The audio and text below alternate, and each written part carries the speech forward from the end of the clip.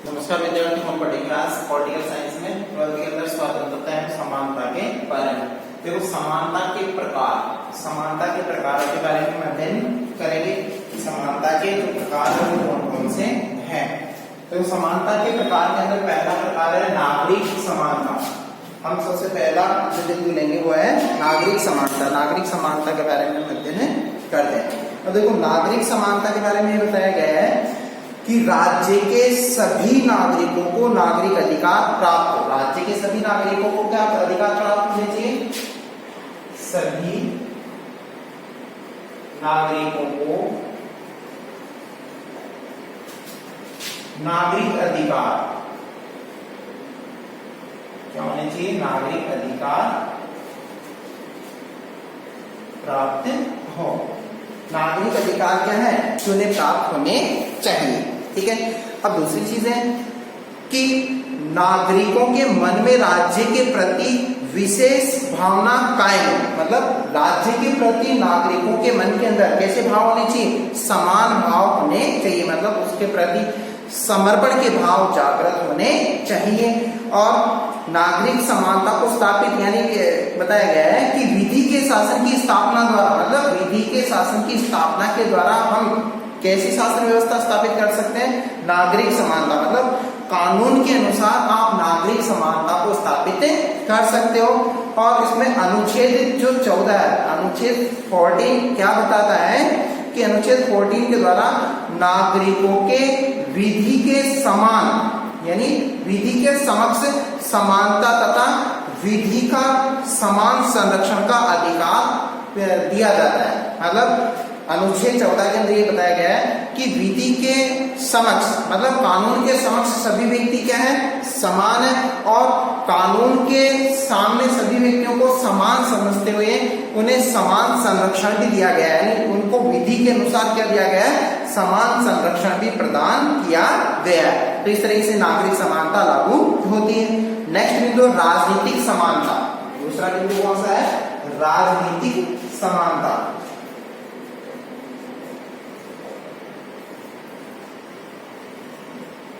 अब देखो राजनीतिक समानता के अंतर्गत क्या बताया गया है कि राजनीतिक जो समानता है उसमें ये बात बताई गई है कि राजनीतिक समानता मतलब राज्य के सभी नागरिकों को, कौन से? राज्य के सभी नागरिकों को बिना किसी भेदभाव राज्य के कार्यों में भाग लेने की समानता हो। मतलब राज्य के सभी नागरिकों को और राज्य के सभी कार्यों के अंदर उसके साथ में बिना भेदभाव किए राज्य के सभी कार्यों के अंदर वो क्या कर सकता है? भाग ले सकता है व्यक्ति। और सभी वयस्क जो नागरिक हैं, मतलब जो सभी वयस्क मतलब जो 18 साल के जो नागरिक हैं, 18 साल के नागरिकों को समान रूप से मताधिकार, मतलब वयस्क नागरिकों को समान रूप से कौन सा अधिकार दिया गया? वयस्क मताधिकार का दिया गया। और राजनीतिक समानता प्रजातंत्र की आधारशिला भी बताई गई। यानी राजनीतिक समानता क्या बताई गई है? राजनीतिक समानता प्रजातंत्र की प्रमुख आधारशिला, आवश्यकता है, आधारशिला है। मतलब प्रमुख आधारशिला के रूप में माना है इसको। ठीक है। तो राजनीतिक समानता तभी कायम है कि लोगों को राज्य के सभी नागरिकों को राज्य के सभी कार्यों के अंदर समान रूप से उनको क्या दिया गया है? और उनको बिना भेदभाव के राज्य के सभी कार्यों के अंदर भाग लेने की स्वतंत्रता है। और जो वयस्क जो नागरिक है उनको मताधिकार हासिल है। और जो ये राजनीतिक समानता है प्रजातंत्र के लिए बहुत ही आवश्यक चीज के रूप में इसको देखा गया है। ठीक है। नेक्स्ट हमारा बिंदु है सामाजिक समानता। तीसरा बिंदु है सामाजिक समानता।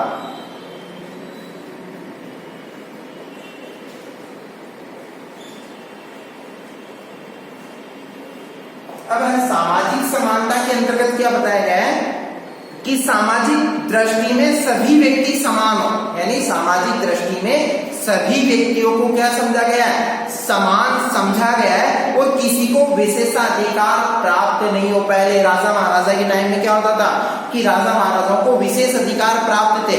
मतलब एक सामान्य व्यक्ति के द्वारा अगर वही अपराध किया गया है और वही अपराध अगर किसी राजवंश के व्यक्ति के द्वारा कर दिया जाता तो दोनों की सजाओं के अंदर अंतर हुआ करता था, क्योंकि वो एक राजवंश से संबंधित है, वही कृत्य उसने किया, वही कृत्य एक सामान्य व्यक्ति ने किया, तो सजा का प्रावधान अलग अलग हुआ करता था।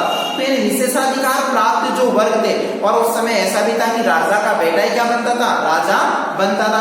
तो ऐसी असमानताओं को मिटाते हुए कैसी समानता स्थापित की गई है, सामाजिक समानता स्थापित की गई। और सामाजिक समानता के अंतर्गत किसका अंत किया गया, विशेषाधिकारों का, विशेषाधिकारों का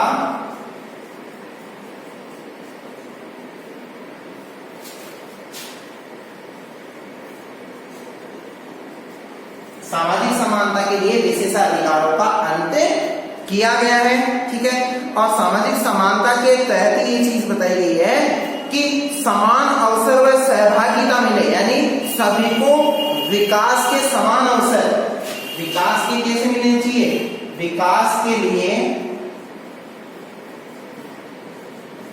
सभी को समान अवसर, समान अवसर भी क्या है, प्राप्त होने चाहिए, तभी उसे क्या बताया गया, सामाजिक समानता बताया गया है। फिर अब प्राकृतिक समानता, नेक्स्ट बिंदु चौथा, प्राकृतिक समानता।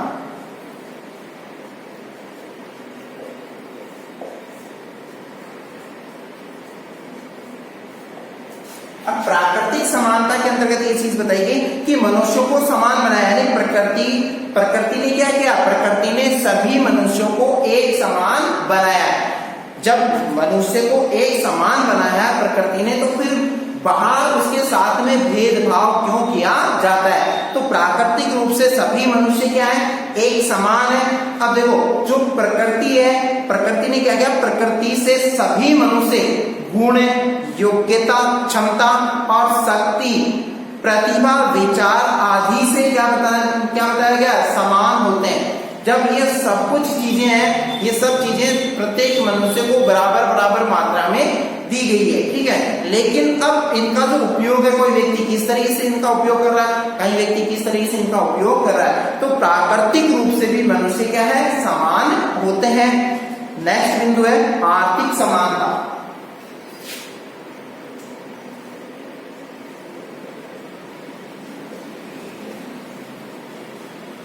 आर्थिक समानता के अंतर्गत ये बताया गया है कि आर्थिक रूप से जो समानता है, जिसमें कि ये समानता अन्य सभी समानताओं का आधार तभी बताया गया, मतलब इस समानता के बिना अन्य जो समानता है उनका कोई औचित्य नहीं है। मतलब राजनीतिक, सामाजिक, प्राकृतिक समानताओं का तब ही औचित्य है जब व्यक्ति किस रूप से स्वतंत्र हो, आर्थिक रूप से समानता है।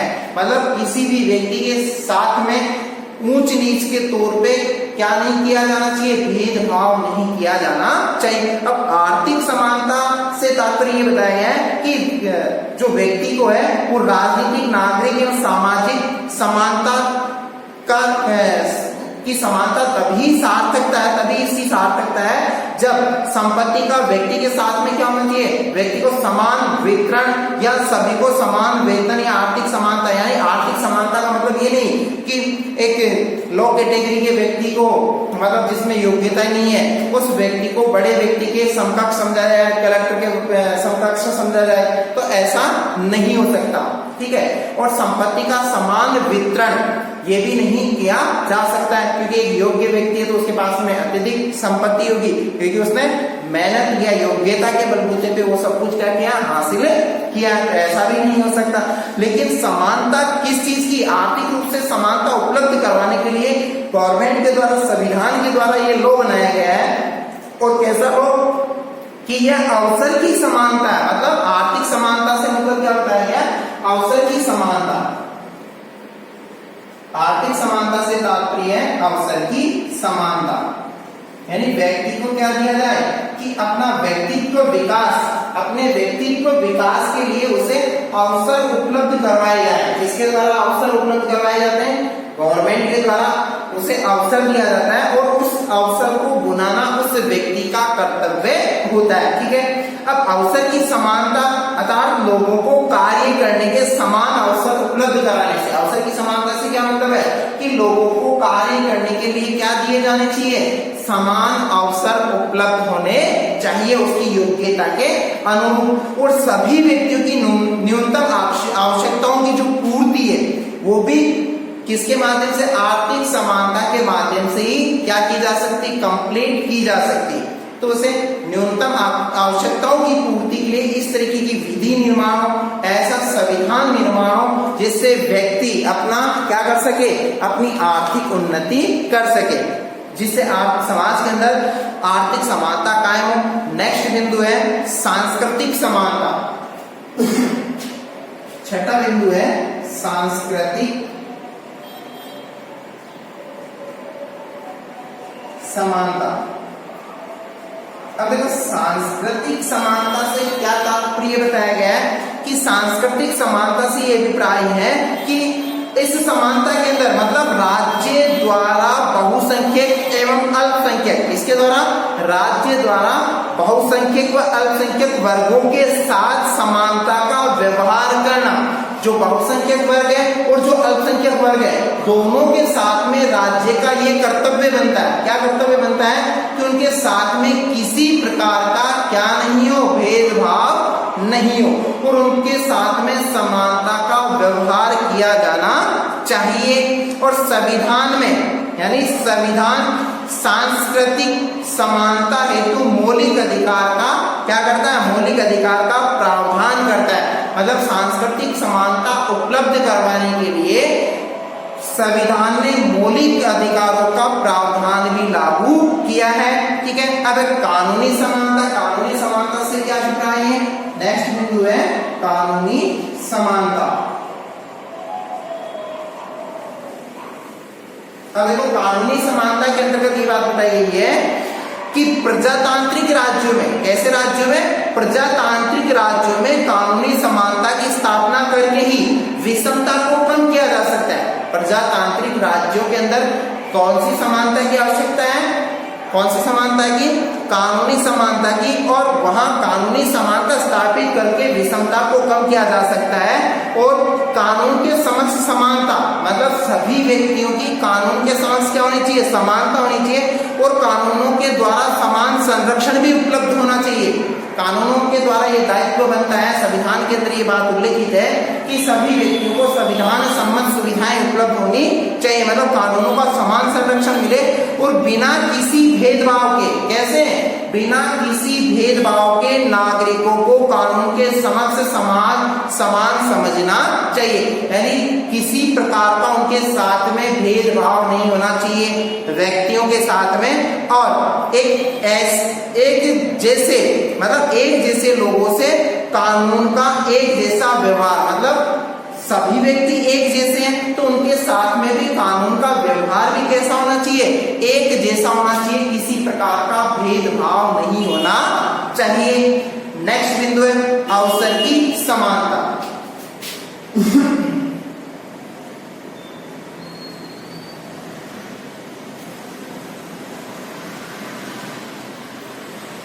अब देखो अवसर की समानता के अंतर्गत क्या बताया गया है कि अवसर की समानता में राज्य अपने समस्त नागरिकों को, राज्य का क्या दायित्व बनता है कि राज्य अपने समस्त नागरिकों को समुचित विकास के समान अवसर प्रदान करता है। राज्य अपने जितने भी नागरिक यानी सभी नागरिक हैं, सभी नागरिकों के लिए उनके समुचित विकास, उनके सर्वांगीण विकास के लिए अवसर उपलब्ध करवाने का दायित्व किसका रहता है, राज्य का रहता है। ठीक है, अब राज्य का ये दायित्व अवसर उपलब्ध करवाने के लिए, लेकिन ये अवसर किस रूप में मिलना चाहिए, जाति, वर्ण, धर्म, लिंग, वंश, नस्ल इत्यादि के आधार पर उसके साथ में भेदभाव नहीं होना चाहिए, और भेदभाव नहीं होना चाहिए, और नागरिकों को अवसर की समानता भी प्रदान की जानी चाहिए। ये राज्य का दायित्व होता है। ठीक है, अब है शिक्षा की समानता। शिक्षा की समानता के अंतर्गत क्या बताया गया, अंतिम बिंदु है शिक्षा की समानता। अब देखो शिक्षा की समानता के अंतर्गत क्या उल्लेखित किया गया है कि इसमें ये बात उल्लेखित की गई है कि समान और शैक्षणिक मतलब नागरिकों को बिना किसी भेदभाव के, क्या है कि भारतीय नागरिकों को बिना किसी भेदभाव के समान शैक्षणिक अवसर उपलब्ध करवाना है, ठीक है, करवाता है। और इसी के साथ में समाज के कमजोर व पिछड़े वर्गों के लिए, इसके लिए समाज के जो कमजोर और जो पिछड़े वर्ग हैं उनके लिए राज्य सरकार मतलब वह सरकार क्या करेगी, वह सरकार विशेष सुविधाएं प्रदान करेगी ऐसे लोगों को, पिछड़े हुए लोगों के लिए। और समानता का, इसमें समानता का हनन नहीं है। क्यों हनन नहीं है? क्योंकि लोग पिछड़े हुए, और पिछड़े हुए लोगों को अगलों की श्रेणी के अंतर्गत लाने के लिए उनको कुछ रियायत दी जाती है, उनको कुछ छूट दी जाती है, जिसका नाम होता है आरक्षण। तो उनको वो छूट दी गई है, जो रियायत दी गई है, वजह क्या है उसकी वजह है कि अगले लोगों की श्रेणी के अंतर्गत यानी उनके समकक्ष लाने के लिए कुछ ऐसे राज्य के द्वारा, संविधान के द्वारा कुछ ऐसे प्रावधान उनके लिए लागू किए जाते हैं। तो इस तरीके से ये समानता के जो प्रकार है इनका अध्ययन किया गया। नेक्स्ट बिंदु स्वतंत्रता और समानता में संबंध। अब हम अध्ययन करेंगे कि स्वतंत्रता और समानता में किस तरीके का संबंध है, उसके बारे में हम अध्ययन करते हैं। स्वतंत्रता एवं समानता में जो संबंध बताए गए हैं, स्वतंत्रता एवं समानता के पारस्परिक जो संबंधों का विवेचन आवश्यक है, मतलब इनमें तुलना करना हमारे लिए बहुत ही आवश्यक है कि क्या स्वतंत्रता है, क्या समानता है। इसके लिए दो अवधारणाओं का हम अध्ययन करेंगे। दो इसके लिए अवधारणाएं दी गई है, जिसमें पहला है स्वतंत्रता एवं समानता परस्पर विरोधी। स्वतंत्रता एवं समानता को क्या बताया गया है? स्वतंत्रता व समानता परस्पर किस रूप से है? परस्पर विरोधी है, मतलब ये परस्पर इनको विरोधी बताया गया। अब विरोधी किस आधार पे बताया गया, इसके बारे में हम अध्ययन करते हैं। अब देखो कि इनमें कोई समानता नहीं है, मतलब ना स्वतंत्रता ना समानता, दोनों एक नहीं है, मतलब इनमें समानता नहीं है। और लॉर्ड एक्टन भी ये चीज बताते हैं कि समानता के आवेश ने स्वतंत्रता की आशा को व्यक्त कर दिया। समानता के आवेश ने क्या कर दिया? समानता के आवेश ने स्वतंत्रता की आशा को व्यक्त कर दिया, मतलब उसको अर्थहीन बना दिया।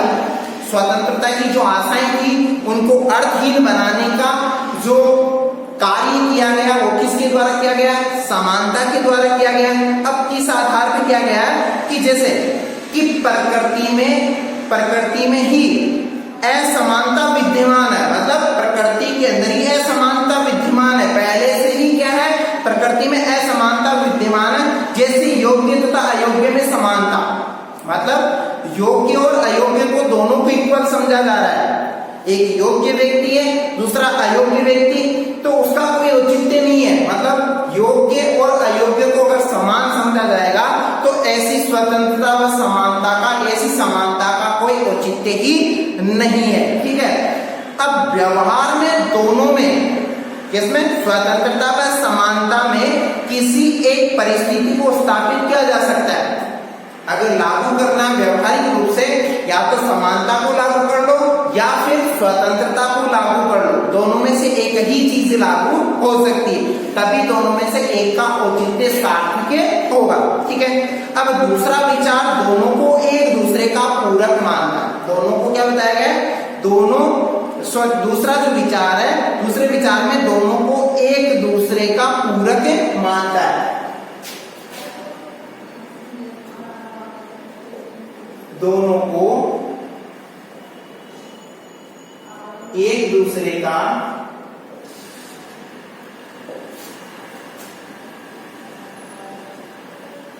पूरक मानता है। अब देखो दोनों को एक दूसरे का पूरक किस तरीके से मानता है, क्या बताया गया कि रूसो जो कहता है, रूसो क्या कहता है समानता स्वतंत्रता के संदर्भ में, कि समानता के बिना स्वतंत्रता जीवित नहीं रह सकती। रूसो ने क्या बताया गया है, रूसो ये कहता है कि समानता के बिना स्वतंत्रता जीवित नहीं रह सकती, मतलब उसका कोई औचित्य नहीं है, दोनों एक दूसरे की क्या बताई गई है, पूरक बताई गई है। लेकिन इसमें एक और चीज है कि स्वतंत्रता का अर्थ नियंत्रण की प्राप्ति, नियंत्रण का अभाव नहीं है, मतलब स्वतंत्रता का अर्थ नियंत्रण का अभाव ही नहीं है। मतलब इसमें क्या बताया गया है कि व्यक्ति के विकास की अवस्थाओं की प्राप्ति है। स्वतंत्रता का अर्थ क्या बताया गया कि व्यक्ति अपने विकास को प्राप्त कर सके, इस वजह से व्यक्ति को क्या दी गई, स्वतंत्रता दी गई, छूट दी गई। अगर व्यक्ति को हर तरीके से क्या कर दिया जाए, प्रतिबंधित कर दिया जाए, अगर व्यक्ति को प्रतिबंधित कर दिया जाए तो वो अपना विकास नहीं कर पाएगा। वो सर्वांगीण विकास किस तरह से कर पाएगा, जब उससे उसके ऊपर से किसको हटा दिया जाए, स्वतंत्रता के प्रतिबंधों को अगर हटा दिया जाए तो व्यक्ति अपना विकास करने के अंदर क्या है, समर्थ है। और दूसरी चीज इसी के अंतर्गत बताई गई है कि राजनीतिक समानता के बिना स्वतंत्रता का कोई औचित्य ही नहीं है, मतलब ये अर्थहीन है। ठीक है, अब नागरिक समानता के अभाव में, किसमें, नागरिक समानता के अभाव में स्वतंत्रता का उपभोग करने के अवसर ही नहीं मिलेंगे। मतलब नागरिक जब तक स्वतंत्र नहीं है तब तक वो स्वतंत्रता का क्या नहीं कर पाएगा, सामाजिक समानता का उसके साथ में उद्देश्य स्पष्ट नहीं हो पाएगा।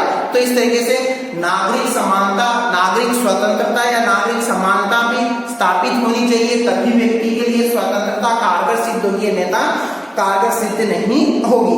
ठीक है, और दूसरी चीज की आर्थिक समानता की अनुपस्थिति में संपत्ति का केंद्रीकरण, आर्थिक समानता की अनुपस्थिति में संपत्ति का केंद्रीकरण पूंजीपतियों के हाथों में हो जाने से शेष समाज उनके रहमो कर्म पर जाएगा, मतलब उनका क्या रह जाएगा, उनका एकाधिकार हो जाएगा। कुछ व्यक्तियों का इसमें क्या हो जाएगा, एकाधिकार हो जाएगा, और कुछ व्यक्तियों का एकाधिकार हो जाएगा तो उस जगह क्या नहीं, फिर कौन सी चीज नहीं लागू होती है, समानता लागू नहीं होती।